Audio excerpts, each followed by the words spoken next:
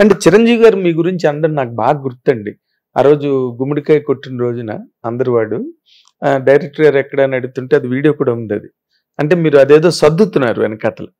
సర్దుతున్నప్పుడు director ఎక్కడ అంటుంటే మిమ్మల్ని చూసి yes is on the correct job అని మిమ్మల్ని అనడం నాకు ఇప్పటికి గుర్తండి. గ్రేట్ అండి, నా గ్రేట్నెస్ అది. అన్ని అబ్జర్వ్ చేస్తారు ఆయన, తెలుసు కదా ఆయన గురించి. Yes great. అంటే అది నాకు చాలా ఎర్లీ డేస్ లో వచ్చిన గొప్ప అవకాశం అది.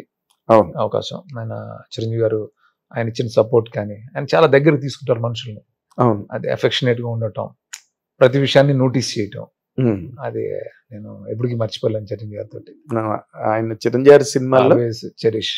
ఎస్, అందరు వాడు 100% ఒక కంప్లీట్ ఫుల్ మీల్స్ అన్నమాట. ఆయన పర్ఫార్మెన్స్ అంటే నాకు ఒక ఇదిగా ఉండేది అప్పట్లో. ఎందుకంటే ఆయన సినిమాలు అంటే ఎన్నో చూసాం కదా, చూసి వచ్చి ఆయన్ని అది నాకు అదొక డ్రీమ్ లాగా ఉండేది. అంతా అది రియాలిటీ లాగా అనిపించేది కదా, ఆయన నేను డైరెక్ట్ చేస్తున్నాను అనేది. సో అంత ఇది ఉండేది. అవునండి, ఆ సీన్లు ఇప్పటికీ మర్చిపోలేము. రీల్స్ లో పెడతారు వాళ్ళు. అసలు ఆ ట్యాబుతో పెళ్లి చూపుల సీన్ నుంచి ఉండే గదిలోకి వెళ్ళి మాట్లాడతారే మట్కా గుట్కా, అసలు ఎంత హిలేరియస్ కామెడీ. నేను యాక్టర్స్ కి చేసి చూపించడం అన్ని చేస్తుంటాను నేను. బట్ ఆయన చేస్తుంటే నేను నవ్వుకుంటూ ఉండేవాడిని. ఆయనకి చేసి అంత సీన్ లేదు, ఆయన చేస్తుంటే నేను నవ్వుకుంటూ ఉండేవాడిని తప్ప అసలు ఆయన దగ్గరికి వెళ్ళి అసలు అంత అలా నేను ఎంజాయ్ చేస్తుండేవాడిని. నేను ఆ సీన్ అయితే మాత్రం ట్యాబు లోపలికి వెళ్ళి గదిలో మాట్లాడుకుని ఇద్దరు బయటకు వస్తారు. ఆ అమ్మాయి ఓకే అంటే నేను కూడా ఓకే అని ఆయన బయటకు వస్తారు కళ్ళద్దాలు పెట్టుకుని, ఇలా లుంగి చేత్తో పట్టుకుని. ట్యాబు వెనకాతల నుంచి నాకు ఇష్టమే అంటుంది అనగానే ధనాలను పడిపోతారు చూడండి. అసలు ఆ సీన్ జరుగుతున్నప్పుడు నేనున్నా, షూటింగ్ అవుతున్నప్పుడు నేనున్నా. అసలు ఎంత నవ్వు వచ్చిందంటే నాకు. అంటే ఆయన పడిపోయిన విధానం కూడా మనకి భయం వేస్తారు, టప్ను పడిపోవడం అనేది. అలాగా కొలాప్స్ అయిపోవడం. అసలు ఎంత కష్టం అండి ఆ సీన్. అసలు ఆయన దగ్గర కొన్ని టెక్నిక్స్ ఉంటాయండి, మనకు ఆశ్చర్యంగా ఉంటుంది. అది ఎలా పడిపోయారు అలాగని అనుకుంటాం. అది అంతా ఆయన వర్క్ చేస్తారు. టైమింగ్ అండి నిజంగా. ఒక లిప్త పాటు అంటారే, కన్నురెప్ప పాటు గ్యాప్ కూడా లేదు. నాకు ఇష్టమైన ట్యాబ్ అని టప్పును పడిపోతారు. ఎంత టైమింగ్ కావాలి, ఎంత ప్రిపరేషన్ కావాలి. మీరు ఎప్పుడు ఆయనకి మీరు ఇలా చెయ్యండి సార్ ఇలా అని ఎప్పుడు ఆయన విషయంలో ఛాన్స్ లేదు. అంటే నాకు ఒక ఫ్రాంక్ గా చెప్పాలంటే ఒక భయం ఉండేది ఆయన అంటే నాకు. అంటే ఆయన ఇది అంటే నాకు ఎర్లీ డేస్ లో చేశాను కదా, very early days after Venky చేశాను ఆయన. అప్పటి వరకు రవితేజతో చేశాను కదా, మేము ఫ్రెండ్స్. ఒక పెద్ద స్టార్, మెగా స్టార్ తో చేయటం అంటే ఎలా ఉంటుందో ఆలోచించండి. నాకు అప్పుడు ఆ సిచ్యువేషన్ ఉండేది. పాప ఆయన పాపం నన్ను ఈజీ చేయడానికి ట్రై చేస్తూనే ఉండేవారు, కానీ నేను అంత పైగా మీరు చేసిందేమో ఒక సీరియస్, ఒక యాక్షన్ ఫిల్మ్ అయితే అది ఓకే. ఇది అంతా అసలు టోటల్ ఎంటర్టైన్మెంట్, కామెడీ, ఫ్యామిలీ, ఆ డ్రామా. అప్పుడు మనకి అంత ఫ్రాంక్లీ అంత డెప్త్, అంత ఎక్స్పీరియన్స్ ఉండదు కదా. ఆయన ఇది ఆయన చెప్పేటంత ఉండదు మనకి, ఆయనకి ఎక్స్పీరియన్స్ ఉంటుంది. మరి ఎలా రాయించుకున్నారు సార్ సీన్లన్నీ? అంటే కలిసి ఆయన ఎప్పుడు చాలా ఇన్వాల్వ్ అవుతారు కదా, ప్రతిదీ కూడా ఇన్వాల్వ్ ఆయన దగ్గర ఉండి. సో నేను ఆ సినిమా విషయంలో నేను అంటే చాలా ఎంజాయ్ చేశాను ఆయన్ని. ఒక ఇదే అంతే. What is the best memory అండి మీరు చెప్పాలంటే? ఆయనతో చాలా రోజులండి, చాలా సార్లు.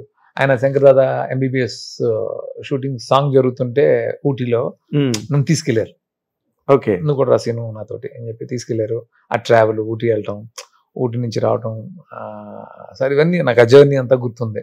ఆ ట్రైన్లో చెన్నైకి వచ్చాం, చెన్నై నుంచి మళ్ళీ హైదరాబాద్ రావటం, ఆయనతో ప్రతిదీ గుర్తే నాకు. ఓకే, అంటే ఇంక మిమ్మల్ని పక్కనే పెట్టేసుకున్నారు మీకు ఆ ఈజ్ రావడం కోసం. సాంగ్ జరుగుతున్నప్పుడు ఎగ్జాక్ట్లీ. సో నేను కొంచెం క్లోజ్ అవుతుంటే బాగుంటుందనే ఉద్దేశంతో ఆయన కొంచెం నేను కంఫర్ట్ అవుతాననే ఉద్దేశంతో తీసుకెళ్తుండేవారు. అలా ప్రతిరోజు సీన్ స్టార్ట్ అవడానికి ముందు సరదాగా డిస్కస్ చేసుకోవటం, కాసేపు మాట్లాడుకోవటం, తర్వాత స్టార్ట్ చేయటం, అట్లా. అవునండి, సో డిఫరెంట్ ఎక్స్పీరియన్స్ ఆ సినిమా. అంటే గీతార్ట్స్ చేసిన సినిమాల్లోనే అత్తకెముడు అమ్మాయికి మొగుడు తర్వాత చెప్పుకునే చాలా మంచి ఫ్యామిలీ ఎంటర్టైనర్ అంటే అందరూ కూడా అని చెప్పచ్చు సార్. 100% చెప్పచ్చు. అన్ని తర్వాత మీ ట్రావెల్లో నాకు ఎప్పుడు క్యూరియస్గా అనిపించే పాయింట్ ఒకటి ఉన్నదండి. అదేంటంటే మీరు ఇంతమంది హీరోలతో చేస్తున్న టైంలో పవన్ కళ్యాణ్ గారు కూడా అంత యంగ్ డైరెక్టర్సు, మంచి ఆ స్ప్రీ ఉన్న డైరెక్టరు, ఆ థాట్ ఉన్న డైరెక్టర్, ఎంటర్టైన్మెంట్, ఈ కోఎఫిషియెంట్స్ అన్ని చూసుకునే సినిమాలు చేశారు. మీరు ఎందుకండి చేయలేదు? అన్ఫార్చునేట్ అండి, యాక్చువల్గా జరగాలి మా ఇద్దరి కాంబినేషన్ లో జరగాలి సినిమా. ఓకే, ఒక 2 సిట్టింగ్స్ జరిగినాయి. కానీ ఆ తర్వాత ఆయన వేరే ప్రాజెక్టుల్లో బిజీ అవటం, నేనే వేరే ఏదో ఒక కమిట్మెంట్ ఉండటం, అలాగా కుదరలేకపోయింది అది. సో ఎప్పుడు నేను అది ఫీల్ అవుతుంటాను, అన్ఫార్చునేట్ అని అనిపిస్తుంది. అంటే ఆయనతో చేస్తుంటే చాలా బాగుండేది అని నాకు ఉంటుంది. అవునా? చాలా ఉంటుందండి. అంటే what is the major reason? అంటే ఓకే, ఆయన అనుకున్నారు అన్న తర్వాత పవన్ కళ్యాణ్ ఆయన కలిసినప్పుడు నాగబాబు గారు తీసుకెళ్లారు. ఆయన ఒక ఐడియా ఉంది అప్పటికే, ఏంటి ఒక ఏదో సొసైటీకి సంబంధించి ఏదో ఒక ఇష్యూని తీసుకుని చెయ్యాలి, ఆయనకి సోషలిస్ట్ తీసుకుని చెయ్యాలి అని ఉంది. నాకు దాని మీద అంత గ్రిప్ లేదు నాకు. ఆయన నేను స్ట్రగుల్ అయ్యాను ఫామ్ చేయడానికి, ఆయన చెప్పిన స్టైల్లో ఫామ్ చేయడానికి. కానీ నాకే కాన్ఫిడెన్స్ రాలా, ఇది ఆయన నచ్చుతుందని కాన్ఫిడెన్స్ నాకు రాలా, వెళ్ళలేకపోయాను. నేనేంటంటే ఆయనతోటి ఒక నా స్టైల్ ఏదన్నా మన ఆయన స్టైల్ బ్లెండ్ అయ్యేలాగా ఏదన్నా ఫుల్ కమర్షియల్ ఫిల్మ్ చేద్దామని నాకు ఉండింది. ఆయనకేమో అలాంటి చేయాలని ఆ టైంలో ఆయనకి ఉండింది, ఆ టైంలో. సో అలా జరిగింది అది. ఓకే, ఆయనకి అప్పటి నుంచే సోషల్ కాన్షియస్ ఉంది. అప్పుడప్పుడు లాంగ్ బ్యాక్ ఆయన ఇప్పుడు 2000 నమో వెంకటేశ్వర జరుగుతున్నప్పుడు, ఓకే, అప్పటికే ఉంది ఆయనకి అలాగేదన్నా ఒక ఇష్యూని తీసుకుని చెయ్యాలి, అంటే ఏదన్నా జనాన్ని మోటివేట్ చేసేలాగా ఉండాలి అని ఆయన కొన్ని ఐడియాలు చెప్పారు. ఓకే, సో వాటి మీద నాకు పెద్ద గ్రిప్ లేదు, దాన్ని కమర్షియల్గా ఎలా ఫార్మాట్ చేయాలో నాకు అర్థం కాలేదు అప్పుడు. ఓకే, అదే అందువల్ల అది మిస్ అయింది. వర్క్ చేశారు అయితే చెప్పిన తర్వాత నేను దాని మీద సీరియస్ గా ఆలోచించాను, నాకే కాన్ఫిడెన్స్ రాలా. ఓకే, మళ్ళీ సెకండ్ నరేషన్ కి వెళ్ళలేదు. ఓకే, ఆ తర్వాత ఆయన వేరే ప్రాజెక్ట్ కమిట్ అయిపోయారు. సో ఇక మళ్ళీ వెళ్ళి ఎందుకు అని చెప్పేసి అదే మీకు కంప్లీట్నెస్ రాలేదు కదా ఎలాగని. మళ్ళీ వెంకటేష్ బాబుతో కూడా మళ్ళీ మీరు నమో వెంకటేష్ చేశాను, తర్వాత చేయలేదు మళ్ళీ కూడా. ఆ తర్వాత ఇంకన్నీ ఆఫ్ కోర్స్ అన్ని కార్డ్స్ అన్ని మారిపోయాయి అనుకోండి.